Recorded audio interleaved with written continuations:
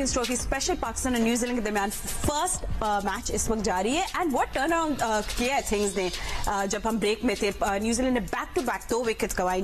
Devine Conway big wicket thanks to wizard mister Abrar, और दूसरी wicket ये डेंजर मैन केन विलियमसन की courtesy Naseem Shah. Fantastic break through for Pakistan. उसके बाद जो मैं उसकी बात कर रहा था नसीम शाह की लाइन को ऑफ स्टंप पे रखो, टांग की तरफ ना करो। टांग पे उसने एक चौका भी खा लिया था, फिर दुक्का भी पड़ गया था उसको।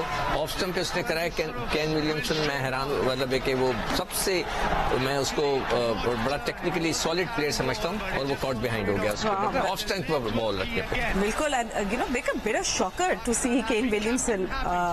It's a good thing for Pakistan. नहीं, मैं तो चाह रही थी वो आज, मतलब हमारे खिलाफ वो कुछ ना करे, बाकी टीम्स के खिलाफ करता रहे, वो बाद में जो करना करे।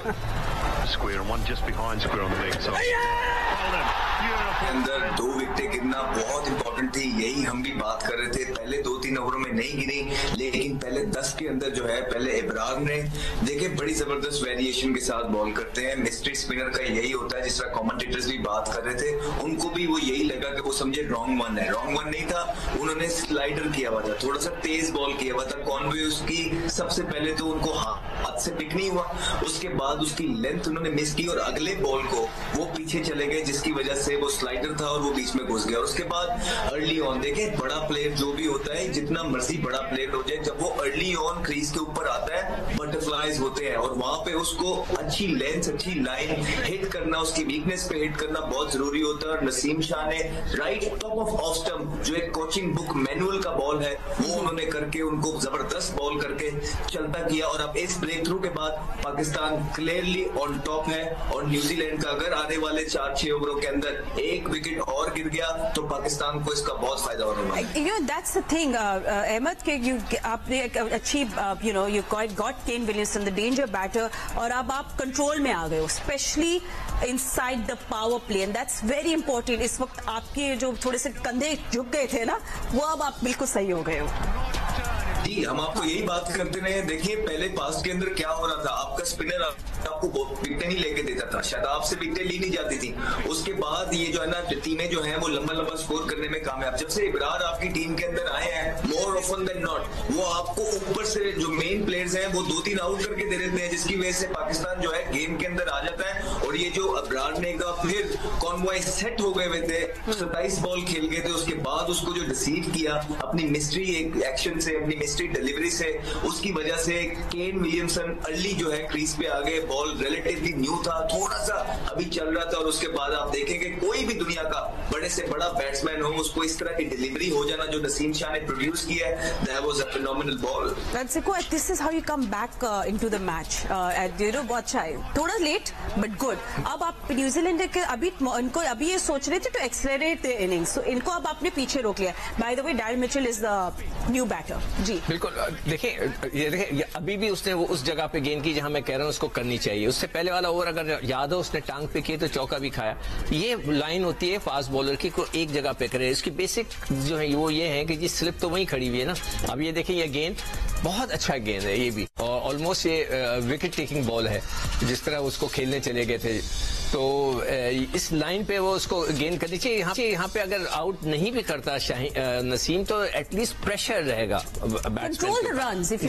विकेट लेना फातिमा हर हाल में जरूरी है। मगर एक प्रेशर आप बिल्ड कर देते हैं, जब आप रन नहीं देते तो एक प्रेशर बिल्डअप होता है और फिर रन के लिए जाता है बैट्समैन। ठीक है, बाय द वे आपको पता है जब पाकिस्तान का मैच हो चैंपियंस ट्रॉफी, सॉरी इसे को आप कुछ बोले, देखिए फिर वो गलत गेंद कर दिया टांग पे। अब ये देखिएगा आपने कितनी अच्छी जगह गेंद करते करते इसने ये गेंद कहाँ कर दी। But this is typical Naseem these days, by the way. I don't know, मतलब इतना एक्सपीरियंस हो गया उनको। ठीक है, अच्छा बाय द वे, जब चैंपियंस ट्रॉफी पाकिस्तान में, इट्स ह्यूज न्यूज, 29 साल के बाद एक आईसीसी इवेंट होना, आपको पता है सोल्ड आउट मैचेस है, एवरीवनस लुकिंग फॉरवर्ड टू सी इतने बड़े स्टार्स हमारे मतलब हमारे बैकयार्ड में खेलेंगे, सो दैट्स अमेजिंग। तो यू नो सिक्को, आई थिंक अब रिजवान की कैप्टेंसी अगेन आपने वापस ऑब्जर्वेशन में लानी है। You will have to see how he, क्योंकि अब आपको 2 विकेट्स आपके बॉलर्स ने दिला दिए, अब आप उसको किस तरह जी अब जो है 10 ओवर के बाद जो है उसको चाहिए कि नसीम को ब्रेक देके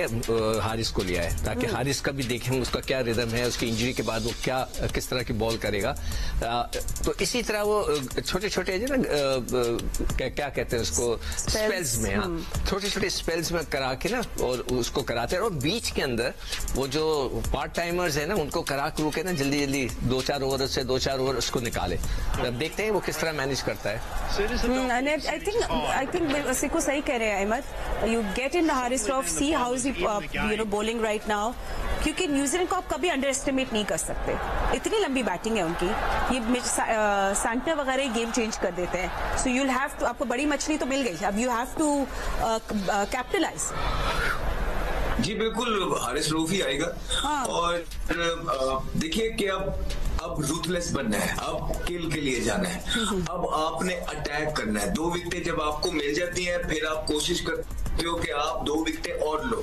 मसला सिर्फ पाकिस्तान का यहाँ आ रहा है कि पाकिस्तान एक बॉलर शॉर्ट खेल रहा है। तो अगर हारिस रऊफ का स्पेल सी ऑफ हो गया, एक छोटी सी पार्टनरशिप यहाँ पे डेवलप हो गई, तो सूनर और लेटर रिजवान को वो 10 ओवर जो उन्होंने खुशदिल शाह और सलमान अली आगा से निकलवाने हैं वो तो लेके आना ही पड़ेगा। और वहां वो टाइम होता है कि जहां पे प्रेशर रिलीज हो जाता है। अब आप इस टाइम पे देखें कि सिंगल लेना भी मुश्किल हुआ होता है, लेकिन जैसे ही आपके पार्ट टाइमर्स आएंगे सिंगलें खुल जाएंगी। फिर पार्ट टाइमर का मतलब ही ये होता है कि उसका इतना कंट्रोल नहीं होता, वो एक आधा बाउंड्री बॉल भी आपको ओवर के अंदर करता रहता है, तो फिर सिंगलें भी खुल जाती है। एक आधा बाउंड्री बॉल, वो जो प्रेशर टाइम होता है रिलीज होता है, बैट्समैन सेट होता है। फिर डेप्थ के अंदर जब बैट्समैन सेट हो जाता है वो अपनी मर्जी से आपके मेन बॉलर्स को भी डोमिनेट करने की सलाहियत रखता है, जिस तरह फिलिप्स ने किया न्यूजीलैंड के मैच के अंदर जब सेंचुरी नीचे से आके की थी।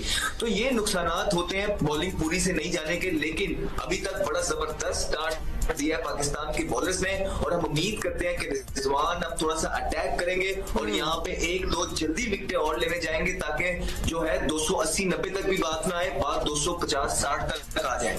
मैं देख रही हूँ सिकंदर, बड़ी अच्छी ब्रीज चल रही है नेशनल स्टेडियम में। सो गुड, एक तो it's good for foreign players as well, ठंडी हवाएं चले उन लोगों के लिए, मौसम अच्छा है, 30 डिग्रीज है, टेम्परेचर थोड़ा डाउन भी हो जाएगा शाम तक। So it's going to be nice to see. ये थोड़ी सी मैच की आपको अपडेट भी दे दे।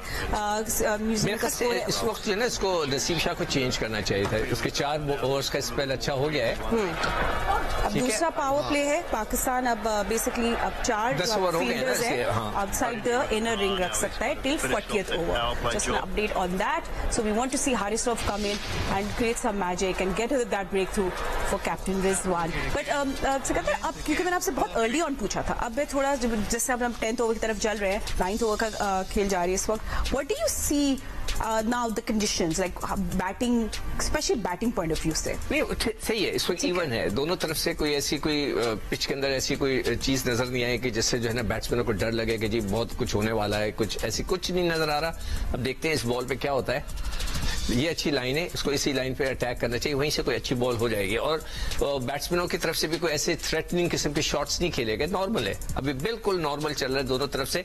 वो अपने आप को बचा के रखना चाह रहे हैं। अब ये उन्होंने जो हाईलाइट्स चल रही है उससे थोड़ा सा आपको आइडिया होगा कि वो बैट्समैन भी बिल्कुल नॉर्मल चल रहा है, वो थोड़ा सा बॉलर्स को जज कर रहे हैं, पिच को जज कर रहे हैं। और यही स्कोर लास्ट टाइम जो था, जो हाँ 350 रन हुए थे, 330 रन हुए थे। अब जब तक बात करें, look at that running between the wickets, I mean amazing. New Zealand की हमारी वाली भी बहुत जबरदस्त है। सलमान अली आगा और रिजवान ने तो अमेजिंग रनिंग की थी जब उन्होंने जो टारगेट अचीव किया था, तो वो इससे भी नजर रख रहे हैं। 42 for 2 थे लास्ट टाइम 10 ओवर में, इस दफा 48 for 2 है, ऑलमोस्ट द सेम। अब देखते हैं, मैंने लिखा हुआ है रन, मैं देखते हैं कि 20 ओवर तक क्या जाता है इनका। ठीक है, सो आपको पता है सेकंड पावर प्ले है न्यूजीलैंड। एक बात है, न्यूजीलैंड ने स्टार्ट अच्छा किया था, पाकिस्तान ने फाइट बैक किया बड़े अच्छे तरीके से। 2 quick wickets is all you need to come back in the game.